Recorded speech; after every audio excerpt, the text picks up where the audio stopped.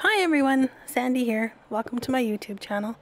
If you've been following me on Instagram lately, you probably will have noticed that I've been coloring quite a lot of the same art impressions image. This lady has just got the best little suit for trying out fabric patterns, and lately I've been trying out some animal prints, and so I thought I would do a little video to show you how I did them. I'll be doing 3 different images today. I stamped all the images on Neenah Solar White cardstock. I'm using Memento Rich Cocoa Brown ink and this art impression stamp called Crown Set. And I just cut them out using the Simon Says Stamp stitched rectangle dies, the second largest one. Just quickly showing you there what colors I'll be using for the skin tones. The skin tones for all of them, I just kept them all the same. And I really like this combination. It's E6, E11, and E50. The E6 you have to cover up with the E11 because it ends up being a little bit red otherwise, but it gives a really nice shadow and a really nice contrast. Since the images are all the same, I'm just going to show the coloring of her face and her hands and her legs the once. I just thought somebody might be interested in seeing how that was done.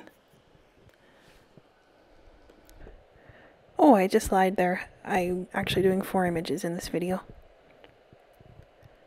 So just finishing up all the skin for this lady, and then going in with some R20, give her pink cheeks, and then R85 and R83 for her lips.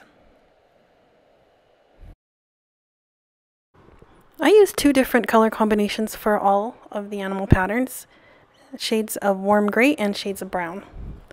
This first one I'll be showing is using the W family, W8 down to W1, I believe, but I think there might be one where there's actually, it goes down to W0.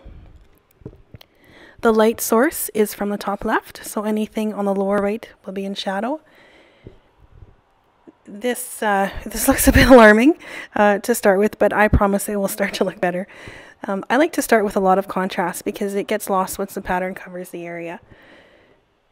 And it's the highlights and shadows that really define the shape of the image.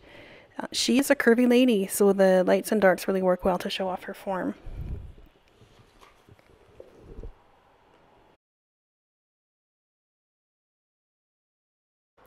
You'll see once I start coloring the collar that putting the darker color on the lower edge of the collar makes the collar look more rounded, and leaving a lighter area at the top makes the collar look fuller.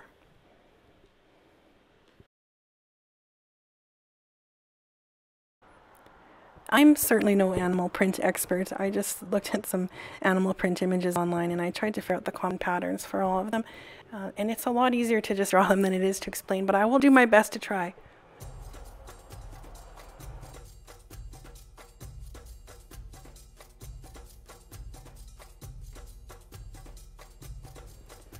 For the leopard pattern, I start off with some random dots using my W5 marker. Those dots will kind of act like a guide for the pattern. If I were to just go in and start adding the spots themselves, I would probably end up with a pattern that's just a little bit too grid-like. The spots themselves are shaped like very round, uneven U's and in varying sizes, facing in all different directions. And for the collar, I'll use the spots from the stamp in the same way as a guide. So I just go ahead and keep adding spots until it looks about right.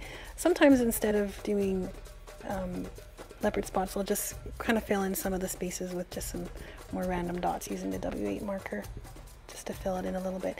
And keep in mind that this lady is not flat, and so some of the pattern is going to come out from, like for instance, underneath her jacket. So under the jacket you might just put kind of a half of a U. So now that the pattern is done, I'm just going in with my Copic Multiliner, 0.1 width, and I'm just coloring in a few of the details like her glasses and her eyes. I'm giving her some eyelashes. Because I stamped it in brown, some of the details don't show up quite as well. And then coloring her earrings in as well.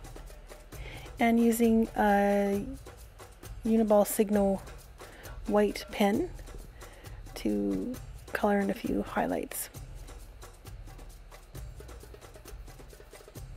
And I'm also coloring in the buttons, and then I'll go back in with the white pen. Just get a little bit of a highlight on the button and a couple on the shoe as well. The next pattern is leopard print also, except it's on a brown background. I'm starting off with a gray marker because the darkest brown that I was using was not quite dark enough for the contrast that I wanted. So that's a trick that you can use if you don't have markers that are quite as dark as you need. You can just use a gray to give you a little bit darker tone. And this is colored the same way as the last one with the warm grays.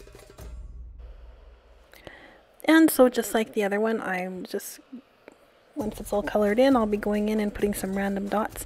Only this time I used a little bit lighter, or the medium tone of brown to put the dots in.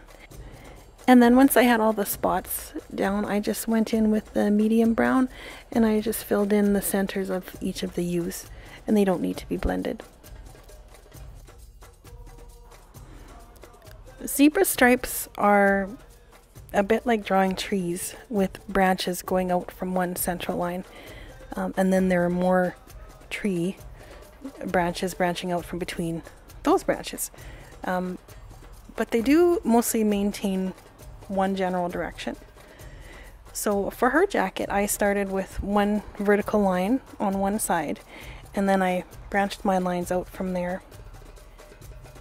And then I repeated the same vertical line on the other side of the jacket.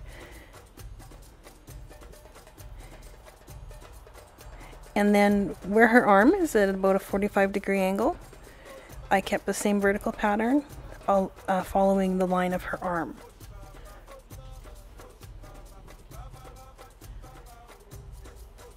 The stripes themselves, they're not straight, they're crooked. A little bit crooked. They have varying thicknesses. They come to a point at the end. And so I started out with thin lines to establish the pattern, and then I went back and I thickened up some of the lines in some of the places. And then made sure that there was a point at the ends.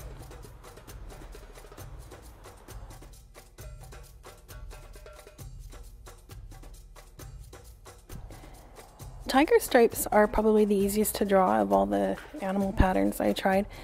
Basically they all go in one direction, and for this lady's jacket I chose horizontal, but because of that it's important that they follow the way that the fabric lays. So for instance, again for her arm, I made sure that the line of the stripe was horizontal according to the angle of her arm. Also, her arm is round, and so the stripe needs to be curved to suggest it's going around the curve of her arm. Same for the collar. The line is curved to show the fullness of the collar. The stripes themselves are thicker in the middle and pointed at the end, and they're drawn using tiny vertical lines, kind of the way that you would maybe draw grass. They are also a series of small stripes rather than just one long continuous stripe.